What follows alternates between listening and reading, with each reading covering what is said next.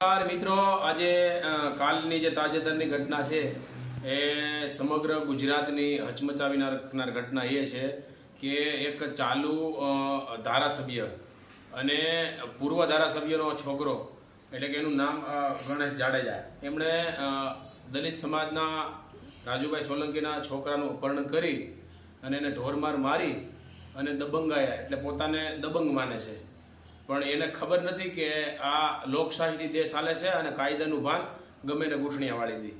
તો આ રીતે એમણે એને અપહરણ કરી અને એની ઉપર અત્યાચાર કરી અને ટૂંકમાં નાગાઈ કરી, ગુજરાતી ભાષામાં કહીએ તો આ રીતે લોકો ઉપર એક પૂર્વ ધારાસભ્યનો છોકરો અને વર્તમાન એના મમ્મી ધારાસભ્ય જેનો છોકરો આ રીતે દબંગાઈ કરે તો લોકો કેટલી હદે સહન કરે.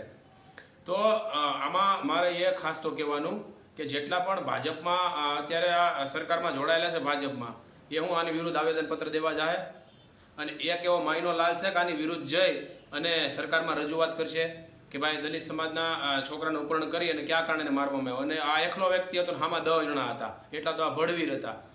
તો જે પણ દલાલી કરે છે એ દલાલો એક પણ દલાલ આવેદનપત્ર નહીં આપે, એક પણ રજૂઆત નહીં કરે. અને જો રજૂઆત આવેદનપત્ર અથવા એનું વિરુદ્ધ જાય તો આને કાઢી મૂકે. એક તો કાંઈ વેલ્યુ છે નહીં પક્ષમાં, અને તેમ છતાં એમાં પડ્યા છે.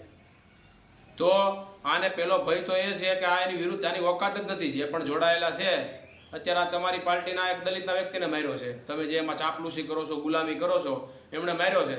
તો તમે એની વિરુદ્ધ જાઓ તો એવિડન્સ સાથે મને તમે જો પણ આવેદનપત્ર આપો અથવા જ્યાં પણ એની વિરુદ્ધ કાંઈ લેખિતમાં મૌખિકમાં રજૂઆત કરો અથવા એના ઘરે જઈને તમે રજૂઆત કરો કે આને હુલા માર્યો, તો એવો તમારી પાસે એવિડન્સ હોય તો મને મોકલજો.